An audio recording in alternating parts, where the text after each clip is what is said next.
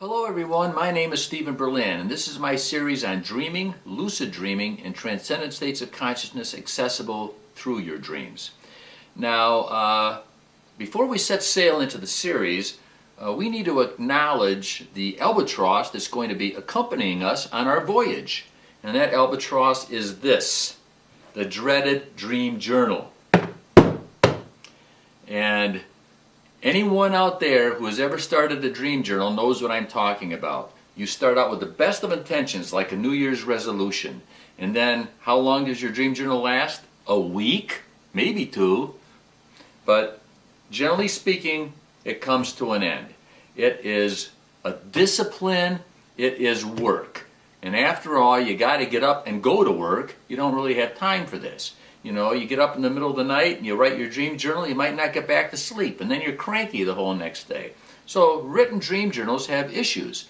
However, a dream journal is the quintessential tool that every master dreamer will tell you is absolutely a requirement. It's like your holy book.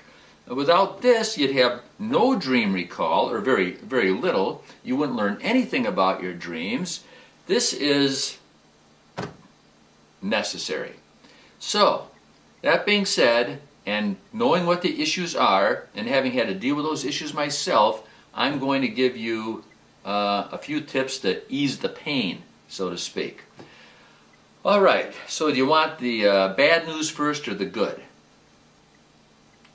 Alright, I'll start with the bad news. Now the bad news is, you decide to keep a dream journal, and so you get everything set up on your nightstand. You got your lamp, you have your notebook, you have your pen. You go to sleep. You wake up in the middle of the night and you're in this groggy dream state, and you're still halfway in the dream, and you realize, oh, I'm supposed to be keeping my dream journal. And while you're thinking this, the first thing is you have to come up with a decision. Do you want to stay in your dream, which when you're groggy and it's kind of a good dream, it's really hard to wrench yourself out of that dream and deliberately interrupt it and wake up. Because who knows, if you stay in the dream, maybe you'd get lucky in the produce department. So that's always a tough call. Now, if you do stay in your dream, chances are you're going to forget it.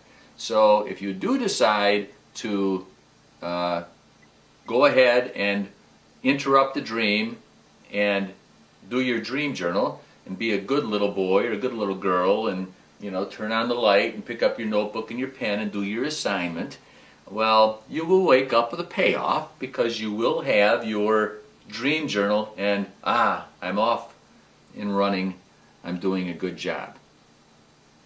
Okay, well, that's essentially problem number 1. The second problem is you're going to wake up and usually think, well, before I do my dream journal I have to go to the bathroom. Well, don't go to the bathroom, hold it. Because when you get out of bed and start walking toward the bathroom, your dreams start swimming away in all directions at the speed of dark. And you will realize how quickly that is over time. This is not a joke. So you'll learn not to move very much, because when you move, your dreams start leaving. Now, it's also true in the same regard that don't think that the simple act of waking up from your dream, rolling over, turning on the light, grabbing your pen and your notebook and getting into position, and in my case, being old, I'm going to be 60 within a year, putting on my glasses, all of that is disturbing my dreams, and they are, once again, pretty much dissolving. So these are issues. So now I'm going to get on into the good news. The good news is, just go out and buy yourself one of these. This is a micro cassette recorder. This happens to be a Sony. You open it up, it has a little micro cassette in it. You can get digital versions of these. I don't care for digital versions because I'm likely to accidentally erase them. But the tapes hold up to an hour, and I just set this next to my bed. Now, when I wake up in the middle of the night and I'm in that groggy state, sort of half, between two worlds, between waking and dreaming, and I can't quite make a decision whether I want to wake up or not, well, and I call that state purgatory, I reach over, I pick this up, I push a button, it comes on, a little red light comes on to let you know that you're dreaming, if you want to glance down at it, and the microphone's right there on top, and you just start talking. And this keeps up with you, unlike your pencil or your pen, and this doesn't run out of ink. It may run out of tape, in which case you open it up and flip it over, which, is not rocket science. You get really good at it. So, and there's always a spare sitting there just in case. So this is what I use. Now this is a 3-tier level of learning. This is better than a written dream journal in my opinion, because the first level of learning is when you start just recording your dream, even if you never listen to the tapes, even if you never transcribe the tapes, just by being in that in-between ideal state, you will learn that how much of your dream you can recall. As you're talking along, as fast as you're talking, other things in your dream start coming to you. They're attached to that by association. And a flood of material comes back. And then every now and then, you'll even hook a dream that was swimming upstream in some tributary, and you'll be able to reel it back in, and you get a much earlier dream scene. It's fascinating. So that is tier number 1 of your learning, even if you do nothing else but this. Of course, you will forget most of your dreams if you don't end up listening to them. And that's what you learn in the second tier when you actually take the time a month, a week later to push the button and listen to your dreams. And if you have the time to listen to me, you should have the time to do that. And when you start listening to your dreams, the first thing you're going to recognize is, let's see, I had that dream, and then I recorded that dream, and I still forgot it. But here I am listening to it. And then you move on to and you discover associations and things you didn't discover before. Now you're looking at it for the first time with your full waking consciousness. Now then you go to the third tier of learning, which is actually transcribing your dreams. And you'll learn, okay, that was just a typical anxiety dream. I'm not going to waste my time writing that down. Nothing in there of significance to me.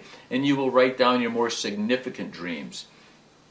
And then when you start writing down when you start out, you start writing down things like examples of day residue and faulty logic and false remembrance. That'll be very interesting. But once you learn that phenomenon, then you won't write all of that down. You just write, particularly interesting creative versions of that may deserve being written down.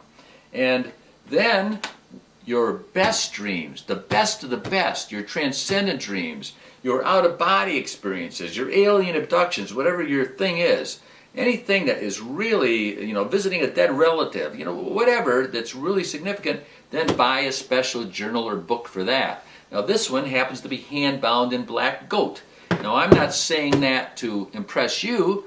I did it to impress the person that finds this book when I'm dead, so that this does not end up in the trash can in the city dump. Hopefully that the quality of the book will indicate to someone the quality of the contents, and this black goat might outlive this old goat. Okay, well I'm going to move on next into transcendent states of consciousness and dreams, and I know there's a lot of people that don't really like that subject. They think it's all BS. Skip over that section then. But I will say in advance that I am very, very careful not to suggest any metaphysical, paranormal, religious, scientific, anything, interpretation of those experiences. I just want you to know about them. You can apply them to your own life and your own belief systems. And I take some pride in being able to do that for you, because these are essential. And so that's about it. Please enjoy the series, and I am really grateful that you are here.